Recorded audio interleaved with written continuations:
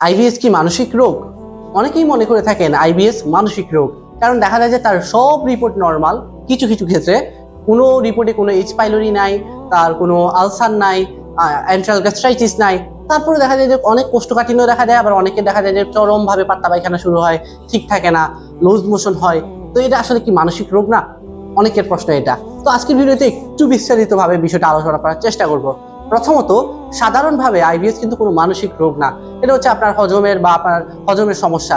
আপনার হচ্ছে যখন লিকি গাটস হয় বা হচ্ছে যে আপনার শরীর ঠিকভাবে হজম করতে পারে না খাবারটাকে, আপনার শরীরে যথাযথ পাকস্থলিতে অ্যাসিড থাকে না, এনজাইম থাকে না যেগুলো আপনার হজম করার জন্য দায়ী, বা হচ্ছে যে ভালো ব্যাকটেরিয়াগুলো থাকে না, যে ব্যাকটেরিয়াগুলো আপনার হজমে সাহায্য করে, সেই ব্যাকটেরিয়াগুলো যখন কমে যায় তখন আস্তে আস্তে আপনার আইবিএসটা দেখা যায়। তো ওই প্রথম দিকে আমি যে জিনিসটা দেখলাম যে আপনার অ্যাসিড কমে গেছে, আপনার এনজাইম কমে গেছে, আপনার ভালো ব্যাকটেরিয়া কমে গেছে, এই কারণে আপনার হজমের সমস্যা হচ্ছে, কোষ্ঠকাঠিন্য হচ্ছে, আইবিএস হচ্ছে। তার মানে এটা কিন্তু আমার হজম রিলেটেড সমস্যা, এটা মানসিক সমস্যা না। কিন্তু কিছু কিছু ক্ষেত্রে এটা মানসিক সমস্যাতে রূপান্তর হইতে পারে। যেমন কিছুদিন আগে একজন রোগীর গল্প বলছিলাম, তিনি হচ্ছে যে অনেক টেস্ট করিয়েছে, সৌদি আরবও টেস্ট করিয়েছে, বাংলাদেশেও টেস্ট করিয়েছে, সব রিপোর্ট পজিটিভ। একসময় একদম প্রথম রিপোর্টটাতে এইচ পাইলোরি ছিল, বা হচ্ছে যে ওনার এই সমস্যাটা ছিল, কিন্তু পরের রিপোর্ট সবগুলো স্বাভাবিক, উনি ওষুধ খাওয়ার পর স্বাভাবিক হয়েছে, সব রিপোর্ট নর্মাল, কিন্তু সমস্যার সমাধান হয় নাই। কোষ্ঠকাঠিন্য থাকে, বা হচ্ছে যে অনেক দিন যাবত টয়লেট হয় না, যখন টয়লেটে যায় খুব কষ্ট হয়, রক্ত বের হয়, কিন্তু সমাধান নাই। তাইলে এটা হচ্ছে কেন? এই যে অনেক দিন যাবত আমি একটা ট্রমার মধ্যে ছিলাম, আমার অনেক বেশি গুরুতর সমস্যা ছিল। আমার দেখা যেত যে খাবার খেতেই ভয় পাইতাম, কারণ খাবার খাইলে এটা তো হজম হবে না, এটা আস্ত খাবারটাই বেরিয়ে যাবে ভিতরে, এটা কোনো রকম প্রক্রিয়াজাত হবে না, কারণ আপনার শরীরে এনজাইম নাই, আপনার শরীরে অ্যাসিড নাই, এটা হজম হবে কিভাবে? এই যে একটা ভয় ঢুকে গিয়েছে, তার শরীর স্বাভাবিক হওয়ার পরেও তার ব্রেইন থেকে সেই ভয়টা দূর হয়নি।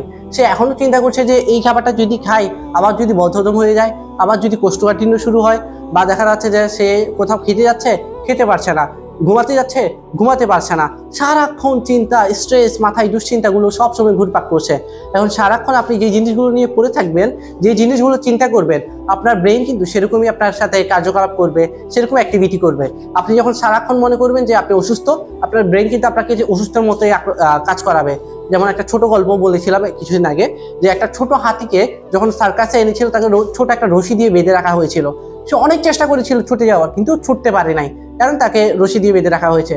সেই হাতিটাই যখন বিশাল আকৃতির একটা বড় হাতি হয়ে গেল, তখন কিন্তু তাকে যদি লোহার চেন দিয়ে বা শেকল দিয়েও বেঁধে রাখা হতো, সে কিন্তু সেটা ছিঁড়ে চলে যেতে পারতো।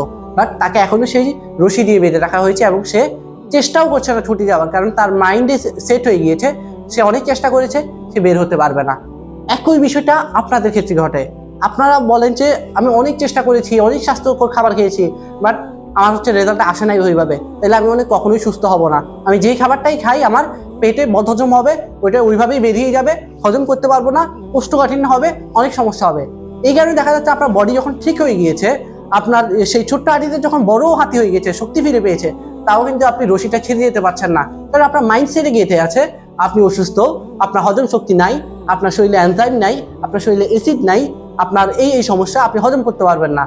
তো যখন হচ্ছে যে অনেকদিন যাবত আইবিএসটা থাকে, ধীরে ধীরে সেটা মানসিক সমস্যায় রূপান্তর নেয়। মানসিক সমস্যা বলতে এই না যে আমি আপনাকে পাগল বলছি, আমি বিষয়টা ওই মানসিক সমস্যা বলতে এটাই বোঝাচ্ছি যে আপনার মাইন্ডসেটের সমস্যা, আপনার চিন্তাতে সমস্যা।